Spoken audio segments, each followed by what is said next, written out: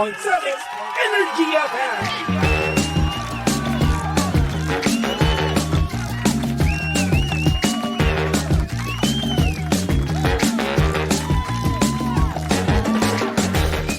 Same, pero iba. We are number 1, 06.7, Energy FM Pangga. O wag mo sabihing radyo, sabihin mo. Good morning, Luzon, Visayas at Mindanao, Metro and Mega Manila. At syempre, good morning din sa napakaganda, napaka-sexy DJ Lensay. Good morning. Hi! So magandang morning, baby Uy, Chubby. kamusta naman ang weekends mo, DJ Lensay? Okay naman. Talaga ba? Maniniwala na ba ako dun sa okay naman na yun? Okay naman. Talaga? Ayos naman. Anyari? Sapat-sapat lang. Sapat-sapat lang. Ako di mo ako tatanungin. Hindi, wait. Iniisip ko pa kasi kung ano. Wow. Bakit ba kasi atag ka tinatanong mo ako tapos mamadaliin mo ako? Kasi tapos ka na kagad. Sabi mo okay lang. Nag-iisip pa nga eh. Nag-iisip pa. Oo, Okay. sige na. Ikaw, kumusta naman yung weekend mo? Di na, ikaw muna. Hindi. Wala aawayin na. mo na naman ako. Wala na yung momentum. Ito naman. Oo. Uy, na ano ba kita? Kamusta naman yung weekends mo? Yung weekends ko naman, okay naman siya. Oo. Amazing. Oo, amazing. Walang detalye din. Wala din.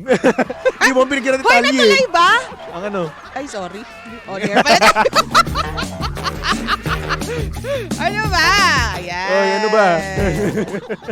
Oy. Yes or no? Oy, eto kasi, meron kasing tag dito. Umalis ako nung Friday. Oo. Friday night, pumunta kami dun sa event sa may BGC. Wow, High Street. Oh, bakit na iba? Wait lang kasi. Okay. Friday pa lang kasi to, okay? Okay. So yun, pumunta ako sa isang event, screening ng ng Red One. Red One. Oo, maganda siya. Oo, gusto ko siya. Fun siya, oo. Maraming salamat nga pala sa Lawson for having me, inviting me. Thank you so much. Bakit si Toby lang ini-invite nyo? Bakit si Toby lang ini-invite nyo? Ganyan talaga. Oh, alam ko naman, ibang level ka Hindi, na. grabe naman, hindi. Ibang level na. Sasabihin ko kasi, kamukha ko si Chris Evans. Hoy, ano Kaya ka ako na? inimbitahan. Nananaginip ka, B. Hindi, totoo Feeling ko yun. masama yung pakiramdam mo ngayon. Yun kasi talaga ang ang rason kung ba't nila ako in-invite. Chris Evans kasi kamukha ko, di ba? Sige na. Akala ko yung kapatid ni Santa Claus. Uy, hindi ko mukha yun. Ano naman?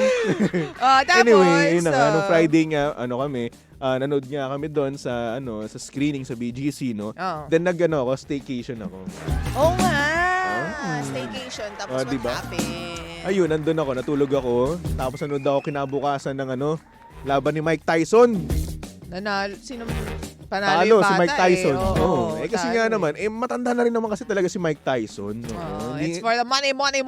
More than half of his age yung edad nung bata ni Jake Paul. Kaya nga. So, syempre, Mga yan, ano bang trip ninyo? eto naman kasi si Mike Tyson naman kasi, siguro tinignan lang naman niya kung ano yung hanggang saan pa yung kaya niya. Sa edad na 58 years old. Oo. 58. Diba? Grabe. At least na-flex niya yung mga muscles niya. Tama, di ba? Oo. Na-flex At least niya. nandoon at kaya niya pa rin kahit papaano. Yes. Diba? So anyway, nanood din ako ng Hello Love Again. Oo. May pumilit sa akin. Ba naman yan, ayoko ng ganong movie. Gusto Ayoko mo ng pa ganun. kaya mapanood eh. Ayoko ng Hello... No. Ano ka ba?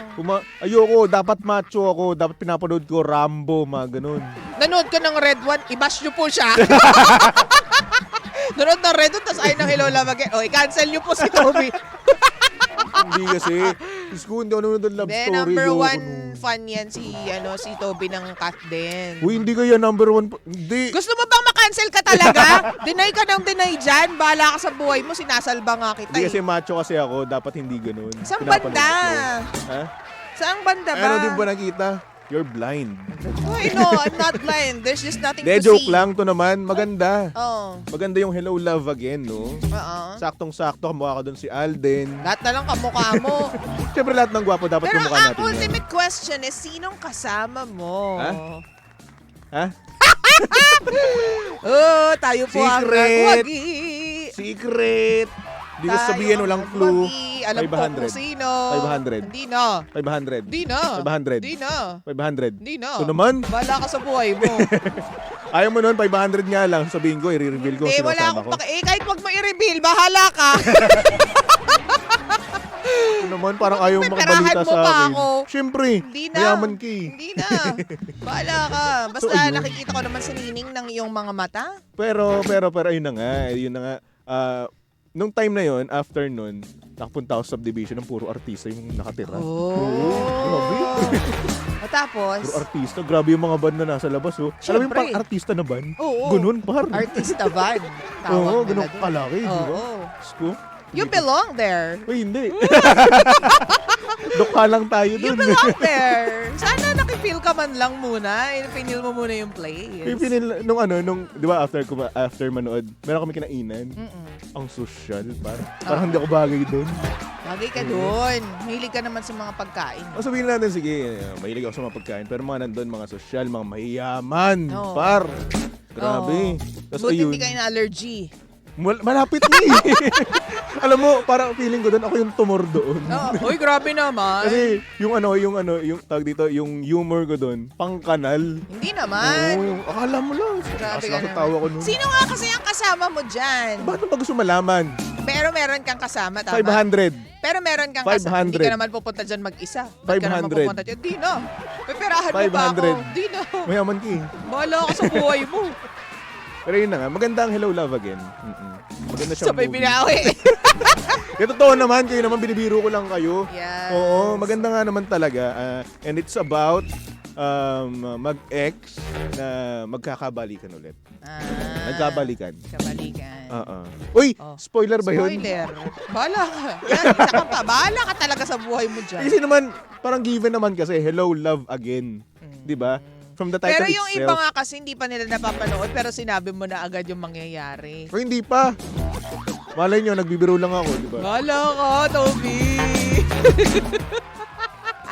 Charot lang. Malapit ka na talaga nila i-cancel. Basta yun, maganda siya.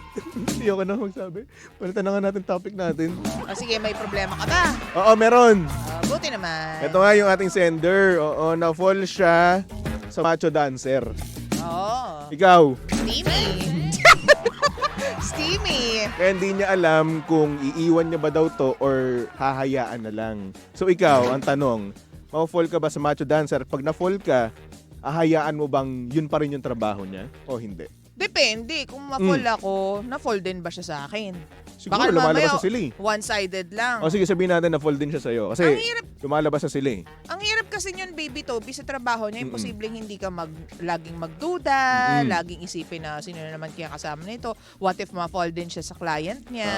Kasi di ba thing yan sa US nga eh. Yes. Oh. Di ba? So, it's dangerous for your health. Hindi ko alam. Oh. So, yun. So yan, di Hindi mo ko alam. Oo. So what if na-fall ka? Siguro ang pinakamalapit na pwede natin kumpara ay basketball player. Bakit? Hindi kasi malalapit din sa mga babae yung Malalapit mga pero macho mas dancer. malapit yung macho dancer. Tsaka basketball player. Sobrang iba, di ba? Pero Iba, pero sige, i-ano natin same sa pero ano. iba. Sige. Proceed sa inyong Yun explanation. nga, mahirap, di ba? Para kang umibig sa kawalan. Kawalan! Depende kasi, baby Toby, ang hirap. Okay, hindi ko nga ma-explain eh. Ang hirap kasi, minuto mong iisipin kung totoo ba yung nararamdaman niya sa akin. Yes. O di kaya naman, baka may iba pa bukod sa akin. Diba? So, yun yung consideration. Siguro kung ako rin naman, kung... Ikaw ba mafo-fall ka ma-fall sa, ako? yun, macho dancer? Ba't naman macho dancer? Hindi. Saan ba? Sa isang basta babae. Yun. Yung Babaeng version niya. Ganun. equivalent niya. Oo. Oo. So yun, ako siguro, kung ma-fall man ako, no? Kung na-fall na ako, sabihin na natin. Siguro ayoko, hindi ako komportable, no? Na yun pa rin yung trabaho niya. Oo. Sabihin ko sa kanya, Sabihin, papaalisin mo siya dun sa trabaho hindi ko niya? papaalisin. Sabihin ko lang sa kanya, love. Ay, may tawagan agad. Oh, tawagan. Na-fall pa lang eh. Na-fall lang nga eh. Na-fall Siyempre, pa lang. landian na ngayon. Love of... Okay. Ay, Okay. So anyway, yun na nga. Kapag ganun, love, gusto kita. Mahal kita. Pero hindi ako komportable sa trabaho mo. Eh, anong gusto mo nga gawin Hindi niya? kita pagbabawalan, nasa iyo na yan. Ganon. dapat willingly siya. Dapat nasa kanya mismo yun. And tanong, one-sided nga lang ba o dalawa Ayun silang nga, if na-fall? nga nagmamahalan na kaming dalawa, Gano'ng katagal na ba silang lumalabas? walang sinabi eh. Yun Oo, lang. yun. Mm. So Mahirap anyway, yan. yun yung para sa akin, no? Kapag ako naman nasa kalagayan niya, kapag ang babae naman yung nasa ganung posisyon na sumasayaw, tapos sa harapan ng maraming tao, no? So ako, Di ba dapat maging proud ka nga? Magaling siyang gumiling. magaling gumiling. Siyempre, dapat for my eyes only. Ganun. Ibig ko Madamot sabihin, ipagdadamot mo siya pag naging kayo? Siyempre, akin siya eh. Dun mo nga sa ganung paraan mo siya nakilala? Ayun na nga. Kapag wala na siya, kapag taken na siya, dito ka na. Ganun ka na. Ang Pero tanong, depende pa rin sa kanya yun. Yan nga, Depende pa rin sa gusto kanya niya yun. bang maging taken? Oo. Depende pa rin sa kanya yun. Kung willingly siya, kung gusto niya maging taken, kung willingly siya i-give up niya yung karir na ganun, di ba? So yun, pwede lang naman. Diba? Kasi parang ang sakit nun para dun sa tao kasi nananahimik siya. Oo. Matahimik naman yung buhay niya bilang macho dancer tapos gugustuhin mong ibahin. Mm-mm. Diba? May mga tao, Baby Toby, na dyan sila talaga nabubuhay at yan yung gusto nilang trabaho. Kasi Diba? malaki din naman talaga kitaan sa ganyan. Oo. Pero if there's another way, why not? Pero preference pa rin talaga nila yan eh. Oo, tsaka parang naging passion na rin siguro nila. Career. Career. na. Ganun. Kinareer na nila yan. So una sa lahat, magaling din naman talaga sila tawag dito, sayaw, 'di ba? Gumiling-giling, 'di ba? Dapat magaling ka dyan yan. Talented ka, Mm-mm. PR ka. Oo, diba? Magaling ka sa socialization. Tsaka yung katawan mo, dapat mini-maintain mo yan. Ang hirap kaya. Sobra! Mo abs ko. Diba? Ang hirap i-maintain ng abs ko ngayon. Mahirap mag-maintain. Kaya, dati kasi, ewan ko, Baby Toe. Sino si Toe? Toby. May kumbaga may judgment agad kapag ganyan yung trabaho. Pero, sa iba ngayon, wala na silang pakialam. Kasi yan yung di ba? Yan yung bumubuhay sa amin eh. Bakit Tama. namin ikakahiya? Yes. Di ba may mga instances pa na nasa isang pamilya, nasa partner siya na talagang, tawag dito, battered siya. Di ba? Talagang kasama yung pamilya ng asawa niya, tapos talagang lumiit yung tingin niya sa sarili niya dahil binubugbog siya ng asawa niya. At ang nakita niyang way is yung maging stripper. Di ba? Tapos, yun, nung naging stripper siya, umayos yung buhay niya. Kumbaga, nakakuha din siya ng partner na isinustentuhan siya, ganyan. Tapos nakaalis siya sa kahirapan, nakaalis siya dun sa kamay ng battered husband niya o partner niya. Kasi maayos na siya ngayon. Ayos naman. Pero alam mo, meron din namang mga mag-couple na yan yung gawain naman. Nag-upload sila ng video naman nila. Ha? Oo, nag-upload sila ng video nila. Di ba career din? Career din nila yun. Meron din naman, mga mag-jowang scammer naman. Oo, yung tipong, eto, ganito ka, tumawag ka sa ganito, mapaglandian ka, tapos makipag-ano kayo. Ay, oo, bad. Oo, tapos iskamin natin, ganun. Oo, ay, bad naman yan. Maraming mga ganyan ngayon. Madami na mga modus, madami na rin mga ginagawa na talagang para lang kumita ng pera, no? Totoo. Oo. Kasi nga naman, ang pera nga naman kasi kailangan din naman talaga natin yan ngayon. Sa hirap ng buhay, di ba? Which leads us to, dapat i-confirm mo muna yung feelings mo. Kung talagang seryoso ka dun sa papadancer mo dyan. Diba? At syempre, kung seryoso din naman talaga siya sa'yo, magkukusa yan lalaking yan. Kasi syempre ako bilang lalaki, kung ako nasa posisyon ng lalaking yun, at may na-fall sa akin na nanonood sa akin, diba? Kumbaga, doon kami nagkita sa bar na yun, diba? Or sa club na yun, no? Ako, aalisin ko yun sa akin. Bakit? Kasi kung mahal ko talaga siya, at hindi siya komportable, gagawin ko kung ano yung tama. Diba? Oo, tama. Gagawin ko na magre-resign ako at marami pa naman ako mahanap na ibang trabaho. Yun lang naman yung para sa akin kasi point of view ng lalaking nagmamahal. Oo. Ganun. Na dating macho dancer. Uy, hindi ako macho dancer. Payatot na macho dancer, pwede ba? Pero yan nga, sa part naman ng babae, girl, make sure to guard your heart. Kasi syempre, what if hindi siya pumayag or hindi siya umalis dyan sa ganyan trabaho? Diba? Kasi yan ay nakasanayan na. At syempre, kapag mahal natin yung isang tao, hindi para baguhin mo yan, dapat magbabago siya para sa sarili niya. Tama. Pero what if hindi nga ganun yung level ng pagmamahal o pagtingin niya sa'yo? Ayun. Diba? So, dapat yung puso mo bato dyan. So, dapat matibay yung dibdib mo sa kung anumang consequences ng pagmamahal dyan sa papa macho dancer mo na yan. You're correct, DJ. Nothing wrong Lindsay. naman with falling in love with somebody like him. Oo. Kasi you'll never know, mamaya dyan ka pa talaga makakuha ng true love eh. Tama. Diba? Kasi yung mga ganyan, yung mga tao, no? Ay, nako. Macho na, guwapo pa, magaling pa magsayaw. Oh. Hindi, diba? Panis. At Totoo saka yan. syempre, may mga good boy din naman talaga dyan. Oo. At ginagawa nila yan for a reason. Yun nga, Ganun. tulad ng kwento ko kanina, parang scapegoat lang nila yan Yes. para sa mas maayos na buhay. Mm-mm. So, who knows? Baka mamaya magbunga ng maganda yung pagiging in love mo sa kanya. But again, make sure na sana double-sided, two-sided yung pagmamahalan ninyong dalawa. Tama ka dyan. Hindi isa lang. Oo. Ang galing mo dun. Ang ano natin dyan, ang taray natin dyan Oo. sa partner. They're so good. Ewan ko Lihim ba? ng liham. Ewan ko ba kasi parang naawa ako sa mga ganyan eh. Yung hindi, Saan? yung alam mo yon, yung in love sila dun sa taong parang kaduda-duda yung pagkatao. Pero lagi kong sinasabi, try mo lang. Try mo lang. Pero kapag napagod ka, di suko ka na. Ganun lang naman yun eh. Oo. Kasi pag Oo. nabigay mo na baby yung 100% mo, tas wala talaga, Oo. wala ka naman choice eh. Ikaw ba? Ano, habol na habol, ganyan. Nabigay mo na ba 100% po tapos humabol ka lang ng humabol? Oo! Tanga Same. tayo! Oo, di ba? Pero kapag nga pumasok na si Lord, wala na, tapos na to usapan na to, may Lord, na. Wala na. Wala Kiss na yan. Hindi ka na mahihirapan. Oo, tama ka dyan. Diba? DJ So Lindsay. there, pagdasal mo lang.